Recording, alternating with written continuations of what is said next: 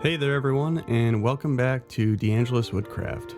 If you're just here for the cabinets making part, feel free to skip ahead. I've got all the timestamps in the description, but I'm going to start the video with some quick clips of me getting the new shop semi-set up. If you didn't know, I recently moved to Toledo, Ohio. With all my tools, this was a major undertaking. I moved on April 11th, 2025, and am still working to get everything the way I want it, but let's get into what I've done so far. After getting the U-Haul trailer unpacked, this was the state of my shop/garage. It was a complete and utter mess, and at first, a very overwhelming task I knew I had ahead of me. But after reorganizing once to get my saw and workbench in a usable state, then again with the help of some cabinets and putting stuff up on the walls, this is where I'm at now. It's still far from perfect, but there's been great progress, and I'm honestly just happy to have some walking space in here. So, one of the first things I wanted to tackle was getting my lumber back up and out of the way. This was a fairly simple task using these lumber racks, the same ones I had out in Utah. Just find your studs, put the racks up level to each other, and you've got convenient storage for your lumber. I'll go ahead and link these in the description, but any other brand should do as well.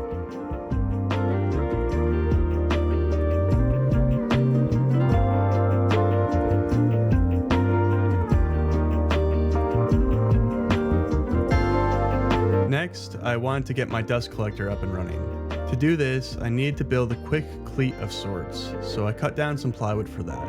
Now you may have noticed a new tool addition here, this Festool Tracksaw. And before you go thinking, where the hell did he get the money for this? Didn't he just move and wasn't that expensive enough?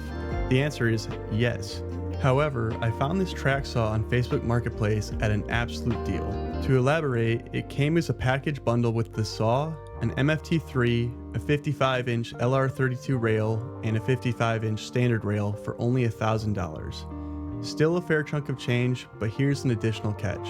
I used that MFT3 just a few times to make the drawers for my new workbench. I'll be putting out a new video on that soon. Then was able to sell it for $575 before I moved. So overall, I got a tool and rails that are considered to be the best on the market and would normally have cost me $950 pre-tax for only $425. This is what I mean when I say do not sleep on Facebook Marketplace. I have continually found amazing deals on there, and now I have a really good track saw, which, by the way, I don't know how I survived without for so long. This thing is so useful. And before we get this dust collector install finished up, you might be wondering what this model is. It's a modified 2 horsepower dust collector from Harbor Freight. If you're interested in how I made these modifications, I have a full video which you can watch here, and I'll link it in the description.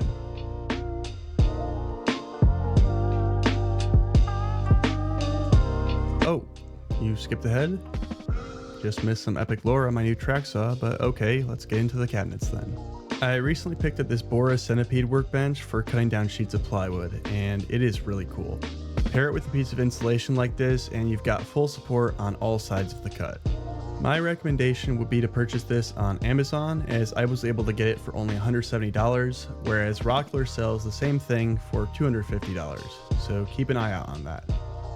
Another thing you might notice me using here is a Tracksaw square. This was another Amazon find I'll link below, and it runs around $50 as opposed to some other brands which are charging anywhere from $170 to $200. This little guy worked just fine at a quarter of the cost. Oh, and one final thing, for the materials here, I'm using 3/4 inch plywood and 1/8 inch hard backer board. In total, I spent somewhere around $300 for just the lumber, but these are going to be pretty massive, so that's reasonable. And after everything's roughly cut to size, I went over to the table saw to get it all perfect. When creating a box of any kind, which is a common occurrence in woodworking, getting things square can sometimes be difficult. If you're having trouble doing so, one of the best things you can do is start using stop blocks of some kind. While you can mark and measure each individual piece, this process not only takes longer, but it's also very likely you're not cutting each piece to the exact same size.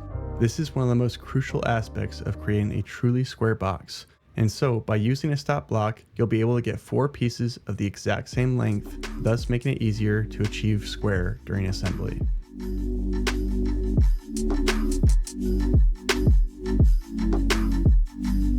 Once the tops and sides are cut to final dimensions, we need to cut a small dado for the 1/8 inch backer board I'm using here. I swap out my plywood blade for a flat top grind ripping blade, then use a piece of scrap to set where the dado needs to go. It will become more apparent why I'm getting a measurement this way during assembly, but using this method will allow my support runners to sit flush against the backer once everything's together. Without a dado blade, I need to make an additional pass to expand the dado. So I just bump the fence over a touch, make a test cut to ensure my material will fit how I want it, and if I'm happy with that fit, I then run the rest of the boards through. By the way, how deep this dado is really up to you, but I made it a 1/4 inch deep here. The next thing you're definitely going to want in any cabinets you build are shelf pins. While you could install your shelves with screws, this makes it a lot more difficult to adjust the height of your shelves, which you almost definitely will want to do at some point. To do this, I'm using this shelf pin jig from Milescraft, which makes the task accurate and fast. I first set the uprights next to each other so I have a visual for which side will be the front/back. Then I used a combination square set at the lowest height I'd want for a shelf. In this case, I used something like 6 inches, but this measurement can be anything you want. This jig is also nice because it allows you to take off the fence to adjust where your shelf pins will sit. On the front side, I chose the 2.5 inch or 64mm offset, so I'd avoid my hinges running into these holes. On the back side, however, I flipped the fence around to the 1 7/16 inches or 37mm side, as this extended the shelf pins just past my dado for the backer.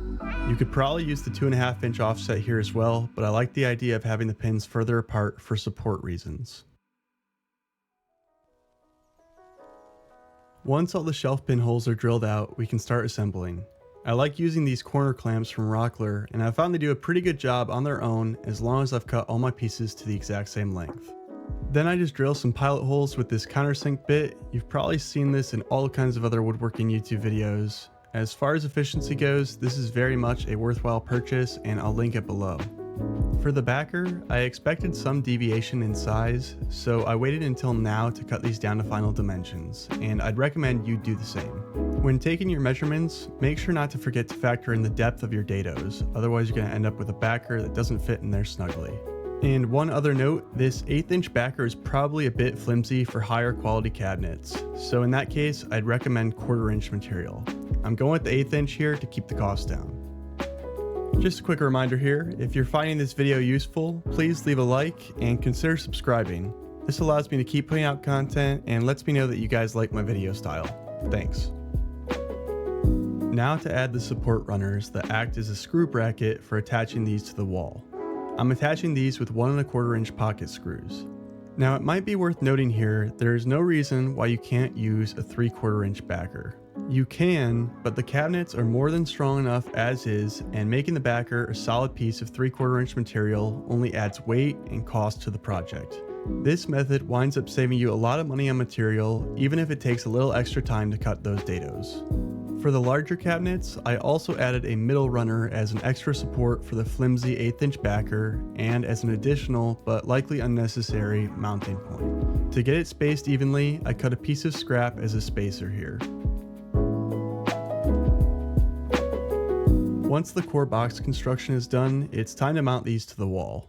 There are some more adaptive techniques out there for mounting, such as using cleats mounted to studs, but in this case, I chose to simply go directly into the studs. If you follow this technique, you'll want to be aware of where the cabinets will line up with a stud. For me, I kind of got lucky, but what you're looking for is to have the cabinet well and evenly supported, if that makes sense. Once the first cabinet was mounted, I drilled a few screws into the side of the cabinet that would go next to it. This made it a little easier to get everything aligned, then I could go stud searching to secure it further. It definitely helps to have an additional hand or two while doing this, preferably a shirted one. And if you're wondering about the strength of these, I'm roughly 205 pounds and was able to do this without them budging. With the cabinets installed, we can move on to the doors. I cut them down to final dimensions as needed, and then I pulled out this Euro hinge jig to install the hinges. Once again, this is a Milescraft jig. There's no sponsorship here, I've just found the brand to be reliable and well thought out for the price. To set up this jig, you'll start by setting the depth of the bit. These two cutouts are used to set the bore for either 13 or 12.7 millimeters deep. Next, you'll want to check the hinges you're using for the offset of the cup so you can set the fence. These two knobs represent that offset, and in my case, I'm using 4 millimeters. Once that's set, you can insert the indexing pin into either the 3 or 4 inch hole, bump that up against your reference edge, and clamp it down. I'm fairly certain this is a preference, so feel free to choose whichever you like. You'll also notice I made a center mark with the pencil. This will be important later, so don't forget to do this. Once you've drilled your cup, you can remove the red drill support, but don't take the clamps off yet. At this point, you'll want to chuck up the black 1/16 of an inch drill bit that can be found in the base of the tool.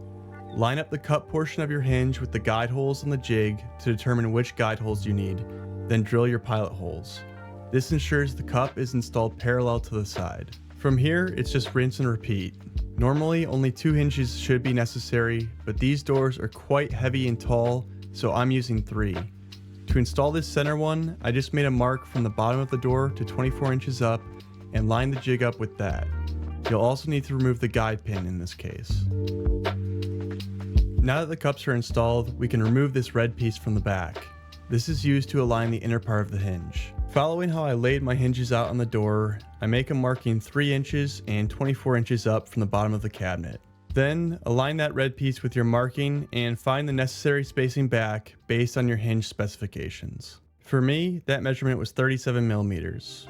I drilled my pilot holes based on the guide, then installed the doors so I could get the topmost alignment done. You could likely have done this from the start, measuring down 3 inches from the top, but I wanted to be safe.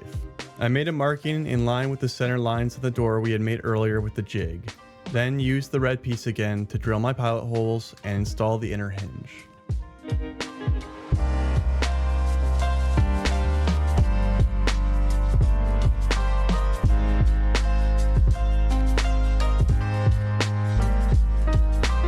I'm gonna spare you footage of the micro adjustments here, but here's how all European style hinges are adjusted so you can get your doors aligned how you want them.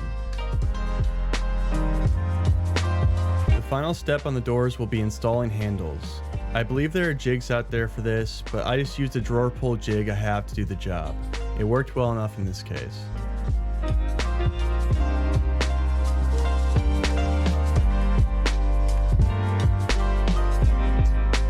Finally, we can install the shelves. This is pretty straightforward, so I won't go into too much detail. Simply cut your shelves to fit, install 4 shelf pins at the same level, and put in your shelf.